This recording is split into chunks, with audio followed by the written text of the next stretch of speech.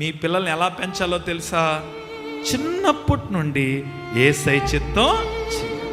ఇప్పుడు అందరూ పిల్లలే, తర్వాత పిడుగులు అయిపోతున్నారు. ఈ దినం మీ అందరికీ చెప్తున్నాను, ఈ పాయింట్ వినండి. జీవితంలో ఎప్పుడు తల్లిదండ్రుల్ని దూషించకండి.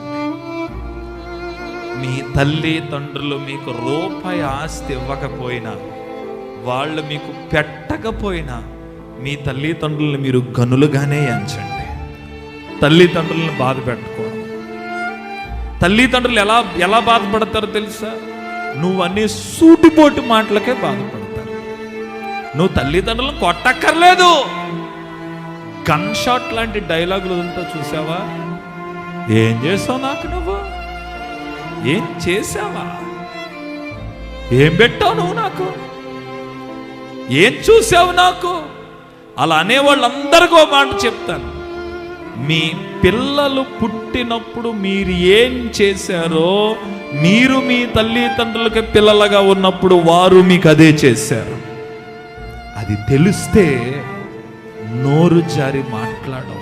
నేనేమంటానంటే, వాళ్ళు నీకు జన్మ ఇచ్చి నిలబడగలిగే శక్తిని ఇచ్చారు, అది చాలు. బైబిల్ ఏం చెప్తుందో తెలుసా? నా వైపు చూడండి. పక్షి కూడా తన బిడ్డ కంట ఎప్పటి వరకు ఇస్తుందంట కాపుదల? రెక్కలు వచ్చే వరకు. రెక్కలు వచ్చాక ఏం చెయ్యాలి? ఇంకా మా నాన్న ఇవ్వాలి, ఇంకా మా అమ్మెట్టాలి, వాళ్ళు ఇవ్వకపోతే ఎవరికి? నో, కష్టపడాలి. నోరు జారకండి. అమ్మ దగ్గర గౌరవం ఇచ్చి మాట్లాడండి. మీ అమ్మగారిని మీరు తోలనాడారా? నెక్స్ట్ కొద్ది సంవత్సరాల్లో ప్లేట్ తిప్పి దేవుడు మాడిచేస్తాడు. ఏమంటదా? నీ కూతురు పెరుగుతుంది, తోలు తీసేస్తుంది పట్టుకొని. నీ కొడుకు పెరుగుతాడు, తోలు తీసేస్తా. తల్లిదండ్రులను బాధ పెట్టేవారికంట లోయ కాకులు వచ్చి వాడు కళ్ళు ఏం చేస్తాయంట? పీకిపోతాయంట. అదండి, పిల్లల నుంచి కొరడమే కాదండి, మీరు కూడా మీ పిల్లలకి అలాంటి ప్రేమ చూపండి. అలాంటి ప్రేమ చూపండి, దైవికమైన ప్రేమ చూపండి.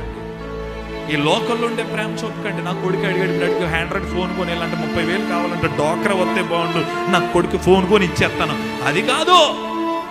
ఓ మాట చెప్తాను, తన కొడుకుని తన కూతుర్ని సరిగ్గా ఏలలేని తల్లిదండ్రులు, they are not fit for as a parents.